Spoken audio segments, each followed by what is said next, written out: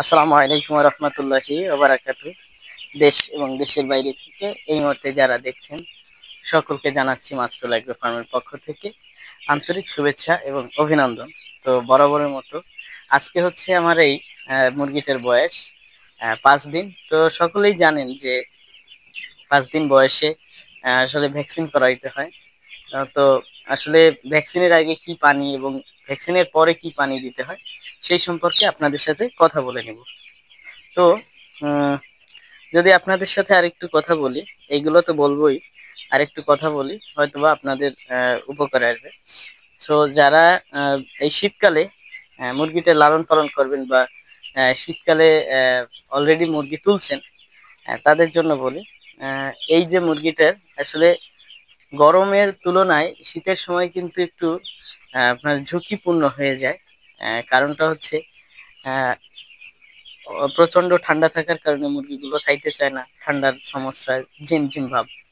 তো এইগুলো আসলে এড়ানোর জন্য অবশ্যই আপনারা পর্যাপ্ত তাপ, আলো এবং পরিবেশটা যাতে সেইভাবে গ্যাস না হয় সেই দিকে আপনারা সবসময় খেয়াল রাখবেন। তো আগে আমি বলে নিই, আজকে যেহেতু পঞ্চম দিন আমার এই মুরগির, তো সকালে আমি পানিতে আসলে ফ্রেশ যে পানি সেইটা ব্যবহার করেছি এবং ভ্যাকসিন করাবো আজকে রাতে। ভ্যাকসিনের পরে যে ওষুধটা আমি ব্যবহার করে থাকি খামারে, অনেকেই ব্যবহার করেন, অনেকের ভিডিও দেখলে হয়তো বুঝবেন। তবে আজকে আমি মানে হাতে নিয়ে আসছি যে দেখানোর জন্য যে কোন ওষুধটা দিই। এইটা হচ্ছে ভিটা এডি। ভিটা এডি এইটা হচ্ছে আপনার খুব ভালো কাজ করে, ঠিক আছে। ভ্যাকসিনের যখন আপনি ভ্যাকসিনটা করাবেন, করানোর পরে যে পানিটা ব্যবহার করবেন সেই পানিটা অবশ্যই ভিটা এডি 3 এই ঔষধটা ব্যবহার করবেন। তাতে দেখা যাচ্ছে যে আপনার যে ভ্যাকসিনটা করবেন সেটার কার্যকারিতা অনেক গুণে বেড়ে যাবে, ঠিক আছে। তো এইটা হচ্ছে আমি আজকে যে পঞ্চম দিন এইটা আমি ব্যবহার করব। দ্বিতীয় নাম্বারে যেইটা আপনাদের সাথে শেয়ার করব সেটা হচ্ছে আমি আমার এই চ্যানেলে নিত্য নতুন ভিডিও আপলোড করে থাকি। অবশ্যই আমার সাথে থাকবেন এবং যারা এখনো সাবস্ক্রাইব করেননি, সাবস্ক্রাইব করে আমার সাথেই থাকবেন। আমার ভিডিওগুলো আপনার কাছে পৌঁছে যাবে। আর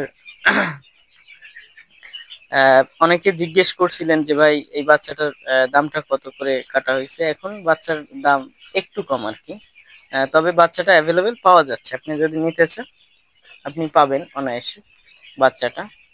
আহ, এই বাচ্চাটা হচ্ছে আপনার 57 টাকা করে আমি আনছি। হ্যাঁ। আর আহ, এইখানে টোটাল বাচ্চা আছে হচ্ছে আপনার 750টা। তো একটা সমস্যা একটু হয়েছিল আমার খামারে, তো আনার পরে দেখা যাচ্ছে যে সুন্দরভাবেই বেড়া দিছি, তবে কোথা থেকে যেন আপনার আমাদের ভাষায় বলে আসলে সুসা বলে, হ্যাঁ। আপনাদের ভাষায় আসলে কি বলে তা তো জানি না। হ্যাঁ, মানে ইঁদুর যেমন তেমনটা না, তবে লম্বা মুখটা, হ্যাঁ।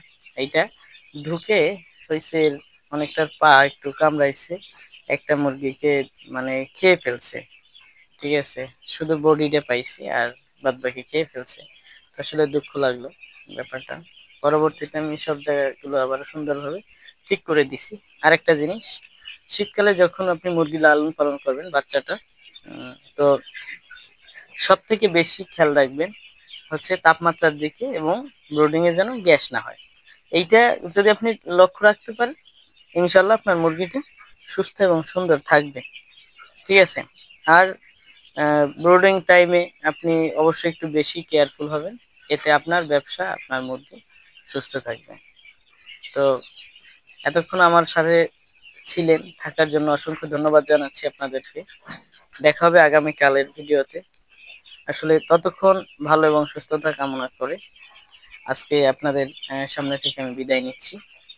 ভালো থাকবেন, সুস্থ থাকবেন। আল্লাহ হাফেজ।